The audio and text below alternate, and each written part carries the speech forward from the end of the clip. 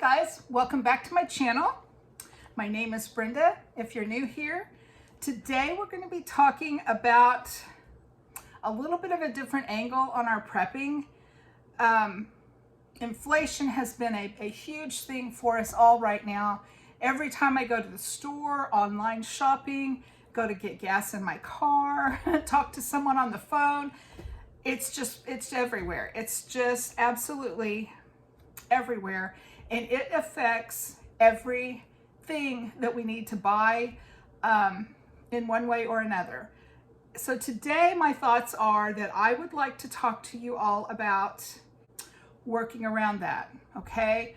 My first reaction was shock, kind of disbelief, because a lot of things I hear in the news, it never actually takes place in my community because I live so far away from big cities and everything. So when I actually see the huge prices of groceries and gas and things like that, it's kind of a shock and a I can't believe this kind of thing. Then I get angry. I'm like, well, you know, what on earth? And then I start praying about it. You know, how is the best way for me to go forward? It's life. It's what's going on around me, and I can't change it. I can't make it go away, but I can deal with it, and I think we can deal with it in a good way. And I've talked about this on previous videos. I don't know how far back you please go watch all my old videos. I would love the watch time. Where to find that extra money to be able to make it through times like this. This is a little bit of a different aspect than our prepper pantry, you know, stocking up food and having extra food available in case, you know, in case we need to feed our families. Today I want to talk about how to deal with this inflation that's going on all around us. No matter where you live, I think it's here. I think everyone is seeing it. So in my experience through the years, the best way, the easiest way to find extra money in your budget is through your groceries, what you're spending on groceries for your family. So that, to me anyway, for my budget, that's the most flexible area of our budget, is our groceries, our meal planning and things like that. So that's what we're going to look at today. We're going to look about how to save money by being prepared through meal planning. And we're going to talk about that. If you have a good meal plan in place and stick to it, and if you only go to the grocery store bi-monthly or once a month is even better, you will save money. Because I don't know about you, but every time I go to the grocery store, I will pick up at least one thing, and usually several things that weren't on my list. As you're strolling the aisles, you'll see things you think you have to have, or, oh, I forgot to put this on my list. So the less time spent at the store, the more money you will save.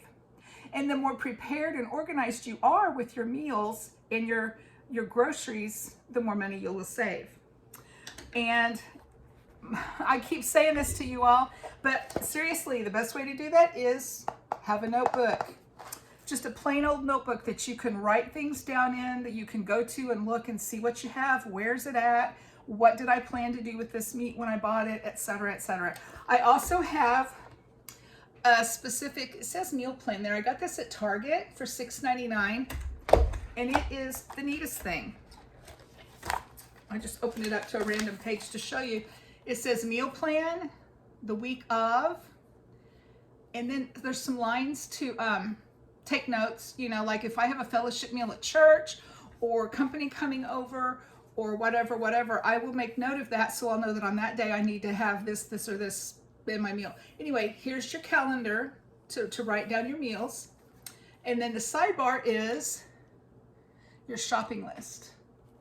And it's a long notebook, but then what I thought was so cool is this shopping list is perforated. You can literally just tear the shopping list off and put it in your purse, and here's your meal plan, okay? This is just a really nice resource to have. Also, for future use, you can go through this because there's like so many pages in here. You can look back through through the weeks. Each page has 7 days worth of meals on it. And you could literally look back at some of the meals you've planned, and it can, you know, keep your ideas fresh. So this is a really nice resource to have. Something I have used in the past to write my meal plan on is like a little whiteboard that is magnetic, so it sticks to the side of the fridge.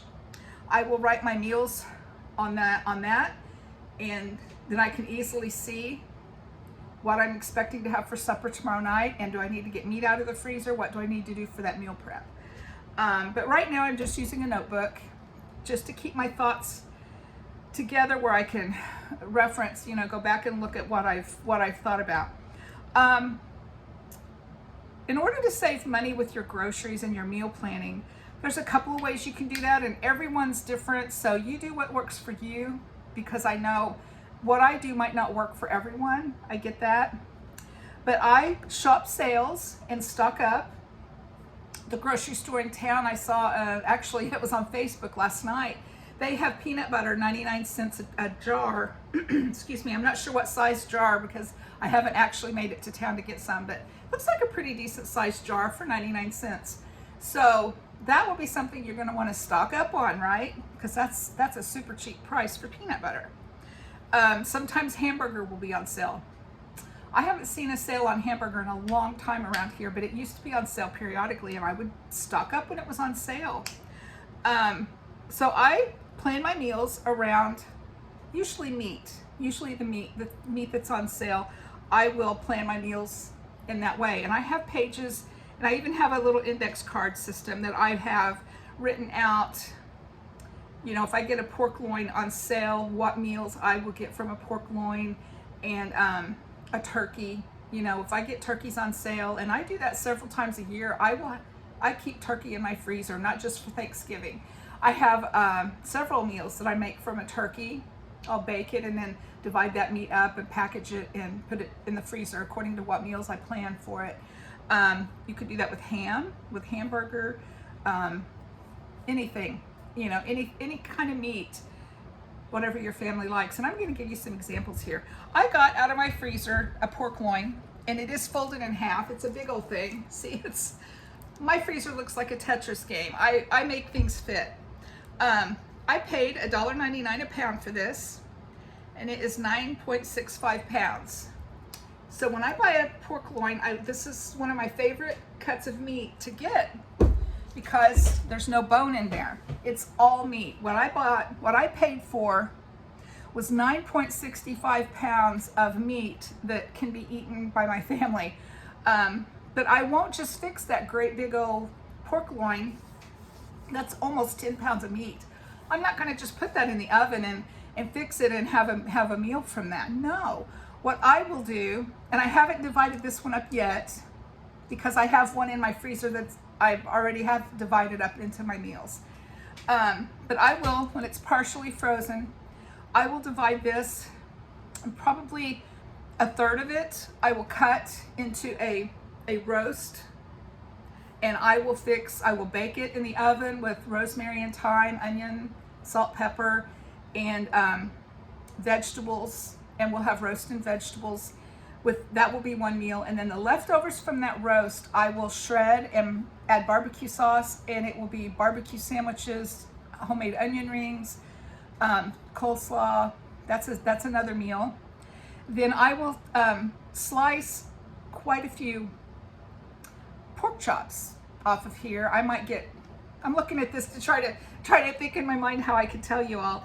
I think I could probably get 3 meals of pork chops off of this pork loin. I would make pork chops and dressing. I would make barbecue pork chops and rice pilaf. I would also take some and cube it into about 1-inch cubes for a meal of sweet and sour pork. Then I would take some and dice it smaller and use that for fried rice and for my meat, for my spring rolls that I make. And I don't know, there's all kinds of recipes to use pork however you want to, whatever you would do with this. Or if you're having a large crowd of people over for a celebration, fix the whole thing. That's awesome, okay? But for practical reasons and for saving money, I'm telling you that I would divide this this 9 pounds of meat into probably, let me see here, I'm looking at it, there's probably 2, 3, 4, 5,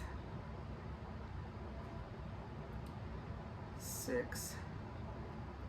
I would probably get 10 meals at least out of this pork loin. So I'm very happy when I can find a pork loin. I paid $1.99 a pound. They used to be on sale. A lot of times I could find them for $1.49 a pound. It's been a while since I've seen them for that price, but still, this is a good price, a good way to have meat in your freezer. So that's how I would plan those meals if I knew I had this in the freezer. And the meals I've just read off to you, I have a list on my notebook here. And I would take my menu then and I would plug in some meals that I just read off. And we wouldn't eat all pork meals, of course. We would scatter that out over time. I do the same thing, like I said, when I find a turkey at a good price, I will bake that turkey with dressing and, you know, mashed potatoes, and have a meal like that. After the meal, after I bake the turkey and we have turkey and dressing, then after that meal, I will take all the meat off the bones and shred it or cube it up into, you know, and I will take the bones of that turkey and the skin and fat, and I will wrap that in aluminum foil and put that in my freezer, because I have a wonderful soup recipe that I use those bones for. And then the meat that I've taken off of the bones, like I said, I will dice that up, and I have a turkey and rice casserole that is delicious, and I will make enough of those casseroles to put at least maybe have one for supper that night, and then put 1 or 2 in the freezer. Makes a wonderful freezer meal. And I do that by assembling my casserole, and I put the amount in a gallon-sized Ziploc bag, squeeze all the air out of it, seal it flat, label and date it, and then to fix that, I would take it out of the freezer the night before and put it on a cookie sheet in the fridge and let it thaw in the fridge. And then when I get ready to bake it, I just squeeze it out of the Ziploc bag into a 9x13, put the topping on, and bake it at 350 for 40 minutes, whatever. Super easy meal. I will also make some barbecue from the turkey meat, have barbecue sandwiches, turkey pot pie. I like to make those. I also like to have those in the freezer. So there's several things you can do. You know, turkey tetrazzini is another thing that my family likes. It's a good freezer meal, and it's also a good way to use up turkey meat. So that's what I do. For part of my meal planning, if I find meat on sale, I start getting meal ideas, I'm plugging them into my calendar. Make a meal plan and stick to it. And another thing that I do for meal planning, and I haven't done this in a while just because I've been crazy busy and haven't gotten it done, but freezer meals. Freezer meals is a wonderful way to have meals ready to go in your freezer for busy days, for times when you don't feel well. If you have a friend who is not feeling well, grab a meal out of your freezer and take it to them. Some of the freezer meals I like to put in my freezer, I like to make and freeze meatloaf, meatballs. My meatballs I would use for spaghetti and meatballs, Swedish meatballs, sweet and sour meatballs.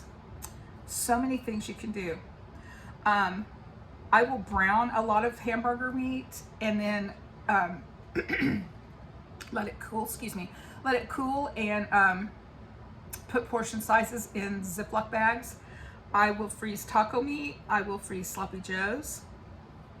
I have some casseroles. Johnny Marzetti is a casserole that it consists of hamburger and noodles and that kind of thing. Beef stroganoff, pot pies, pizza loaf, cheeseburger turnovers, chili, chicken and rice casserole, chicken and dressing casserole, ham and hash brown casserole. Those are just a few of my freezer meals that I like to have in the freezer. I've done freezer meals different ways. I've taken one day to buy a month's worth of food and the next day to cook a month's worth of meals, and that is exhausting. Absolutely exhausting. But then you don't have to cook for a month, so that's pretty cool. My favorite way is to make extra when I'm fixing my evening meal. I will make enough, I will double my batch, serve half of that to my family, and put half in the freezer so that I have a meal on the table and a meal in the freezer. That's my favorite way to do freezer meals. And it's also very cost effective. It will save you money in your budget as well. So, all right, I think that's what I was gonna encourage you all today, is to look inflation in the face and say, you know, this might be expensive right now, and I have several things on my list right now I will not buy. I will not buy fresh potatoes because in a few days they spoil. I will not pay $11 for 3 dozen eggs because that's ridiculous. Certain things in my life right now I'm just refusing. I will not do that. But I will save money and be able to be okay. I will be able to fix good meals for my family despite the inflation, despite what's going on in my world, because I have a plan. I have a good meal plan, and by having a good meal plan, that's going to allow me to save money in my budget. And all of our money that we're saving on our meal plan right now is going to buy gas because it's so expensive. So anyway, hope you're having a great week. I hope you have a great weekend coming up. And I will be talking to you soon. Thanks for watching.